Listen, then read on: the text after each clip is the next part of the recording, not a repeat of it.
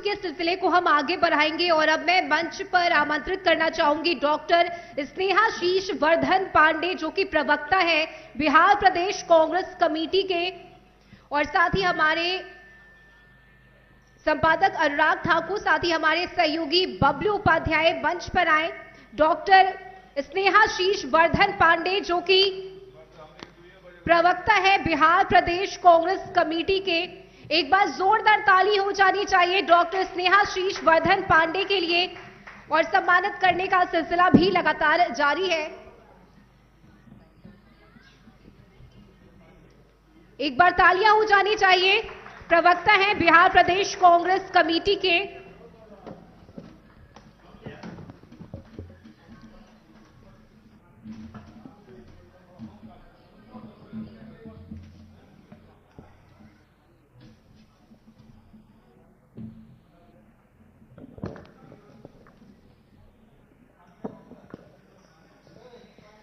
और बातचीत के इस सिलसिले को अब हम आगे बढ़ाएंगे। पहले तो बहुत स्वागत है आपका कशिश के इस मंच पर।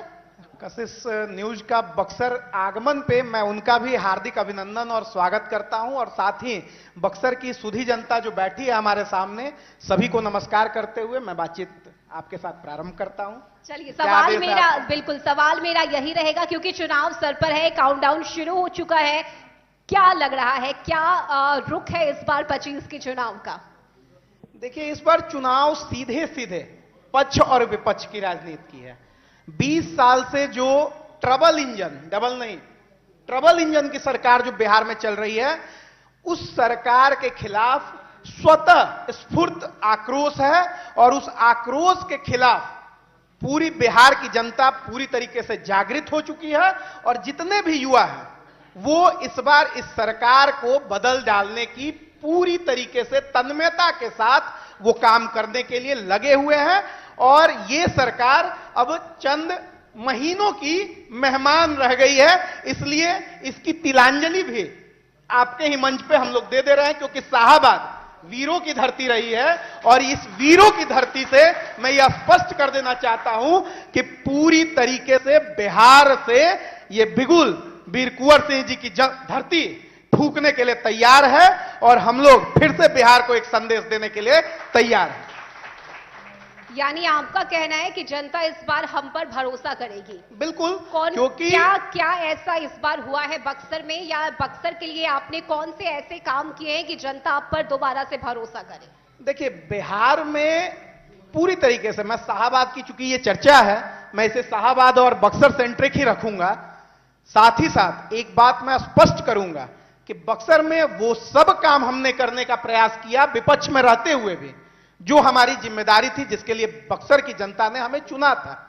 और लगातार हम लोग क्लीन स्वीप करते रहे यहां से। उसके पीछे का एकमात्र लॉजिक यह था क्योंकि जनता के बीच हमारे जनप्रतिनिधि, हमारे कार्यकर्ता 24x7 उपलब्ध रहे। यहां तमाम कार्यकर्ता बैठे हुए हैं, नेता बैठे हुए हैं, वो बक्सर की आम आवाम के लिए एक फोन पे अवेलेबल रहते हैं। यहां तमाम चेहरे हैं, चाहे युवा हैं, चाहे हमारे भैया हैं, सब लोग, तमाम लोग।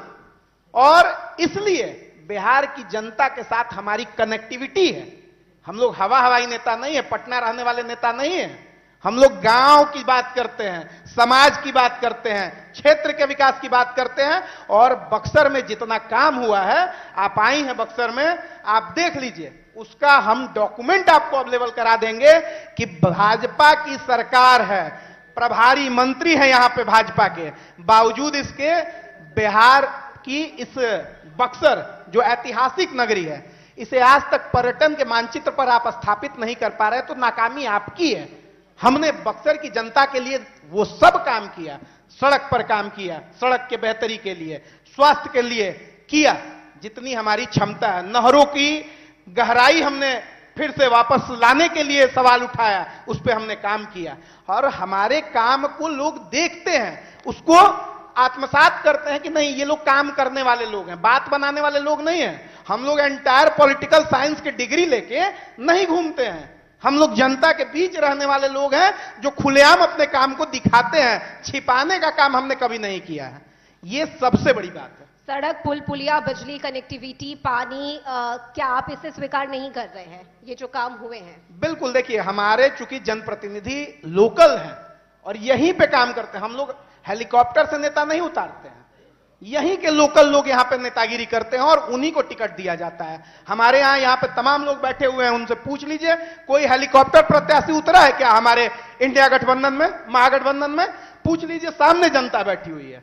लेकिन भाजपा के लोग अभी भी ऊहापोह में हैं कि कौन सा हेलीकॉप्टर से प्रत्याशी किस दिन ड्रॉप हो जाए, एयर ड्रॉप हो जाए और उसका झंडा लेके घूमना पड़े। महागठबंधन के नेता हेलीकॉप्टर से नहीं घूमते हैं। नहीं नहीं, हम लोग जमीन वाले, गांव देहात वाले हैं। आपके यहाँ आने तक हम लोग आराम से पैदल टहलते हुए चले आएंगे, स्कूटी पे बैठ के, मोटरसाइकिल पे बैठ के, शीशा चढ़ा के नहीं चढ़ते हम, तेजस्वी यादव हेलीकॉप्टर पर थे बैठे हुए, फिर शायद आप तक वो तस्वीर नहीं पहुंची होगी जो काफी सुर्खियों में भी रही थी। मैं एक और स्पष्ट कर रहा हूं कि हमारी पूरी कांग्रेस पार्टी का मैं प्रतिनिधित्व कर रहा हूं यहां पे, तो इस बात को मैं पूरी जिम्मेदारी के साथ रखना चाहूंगा कि 200 यूनिट बिजली फ्री की बात हमने कही नहीं। आप सवाल से भटक गए। गरीबों को 3 से 5 डिसमिल जमीन देने की बात हमने कही। हेलीकॉप्टर पर नहीं बैठे, आपने अभी मंच से कहा कि हेलीकॉप्टर प्रत्याशी और हेलीकॉप्टर पर बैठने वाली बात अलग है। हेलीकॉप्टर प्रत्याशी की बात हो रही थी, हम लोग एयर ड्रॉप नहीं होते हैं। यहीं का बेटा यहीं का विधायक बनेगा, यहीं का बेटा यहीं का जनप्रतिनिधि बनेगा, एमपी बनेगा, जिला पार्षद तक में अगर कल दलगत हमारी बातें आ जाए तो भाजपा के तो लोग आके सेटल होंगे जाति देखकर। हम लोग जाति देख के राजनीति नहीं करते हैं। बातचीत को हम आगे बढ़ाएंगे।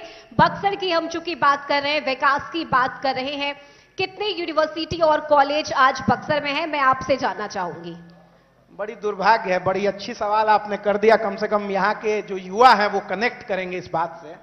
बक्सर में एक भी विश्वविद्यालय नहीं है, यहाँ पे एकमात्र अंगीभूत कॉलेज है एमवी कॉलेज, जो वीर कुंवर सिंह यूनिवर्सिटी से संबद्ध है, जिसका मुख्यालय भोजपुर जिला के आरा में है, वहां से संबद्ध है। यहाँ पे पीजी की तमाम कोर्सेज भी नहीं है और ये बक्सर के लिए दुर्भाग्य की बात है। क्यों?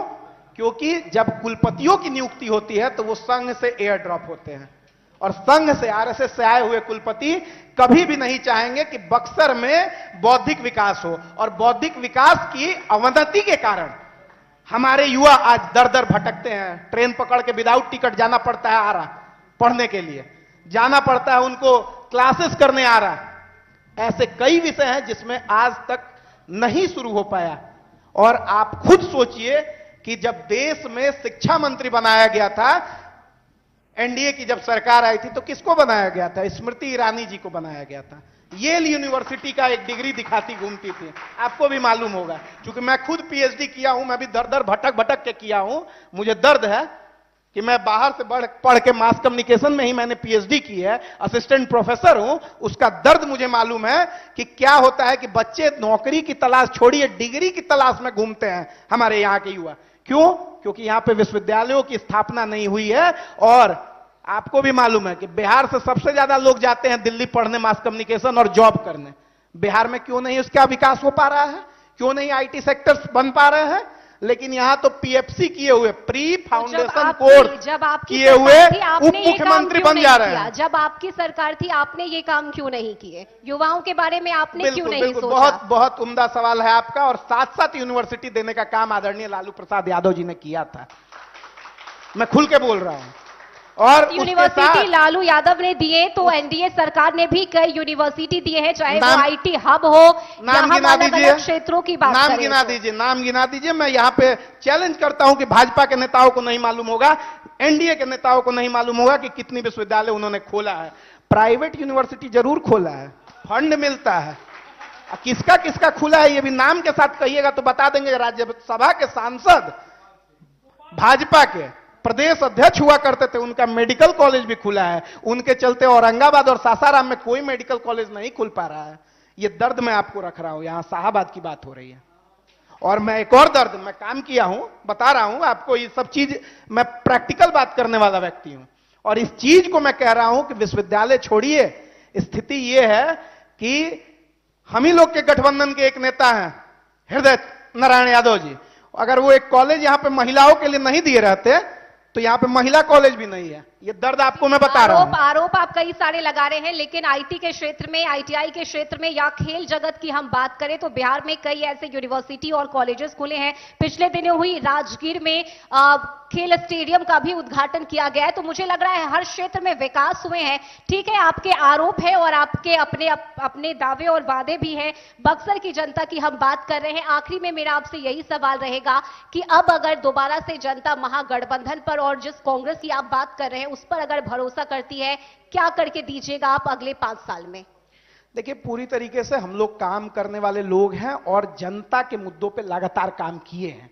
आने वाले समय में हमारी जितनी योजनाएं हैं, खुदा ना खास्ता अगर गलती से महागठबंधन के चारों विधायक गलती से हार जाते हैं, गलती से, तो भाजपा अगर जीत गई गलती से या एनडीए, तो 5 साल फीता काट के ये लोग का काम चल जाएगा कि काम किए हैं। अभी इतना काम पाइपलाइन में है हम लोग का, इतना काम पाइपलाइन में हो सकती। आपने कहा गलती से हार गए, गलती से, इसीलिए मैंने शब्द का इस्तेमाल किया। और ये बात मैं यहां पे पूरी जिम्मेदारी के साथ कहना चाहता हूं कि बहुत काम ऐसे हैं, सड़कों का विकास है, शिक्षा के क्षेत्र में है, स्वास्थ्य के क्षेत्र में है, बहुत सारे काम है। हम लोग कोई बैंडेज चोरी करने वाली पार्टी से नहीं है, हम लोग कोई कफन चोरी करने वाली पार्टी के वर्कर नहीं है।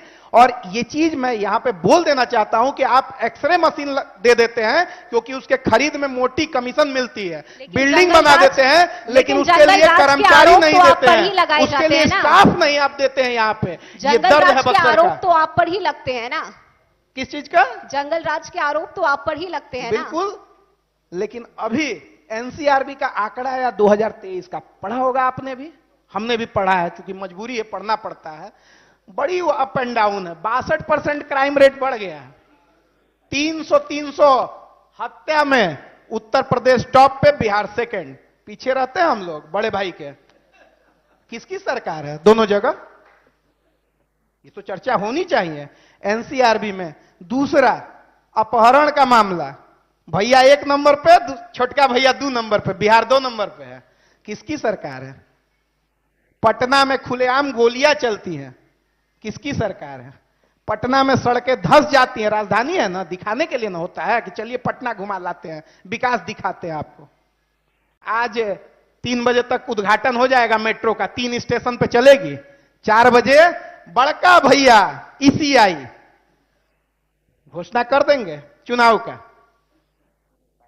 चलिए ठीक है, बिल्कुल उसी चुनावी घोषणा की इंतजार सभी को है। और बहुत शुक्रिया, आपने इस मंच पर अपनी बातों को रखा। साथ ही आपने ये भी बताया कि अगर हम जीत कर आते हैं तो जनता के लिए क्या करेंगे, और आपने नाकामी भी गिनवाई है सरकार की। बहुत शुक्रिया हमारे साथ जुड़ने के लिए और इस बातचीत के लिए। बहुत बहुत धन्यवाद स्नेहाशीष जी अपना समय देने के लिए। चलिए हम चर्चा को आगे बढ़ाएंगे। रश्मि, आपका बहुत बहुत धन्यवाद। हम अगले वक्ता को मंच पर आमंत्रित करेंगे। कांग्रेस कार्यकर्ता नेता आशुतोष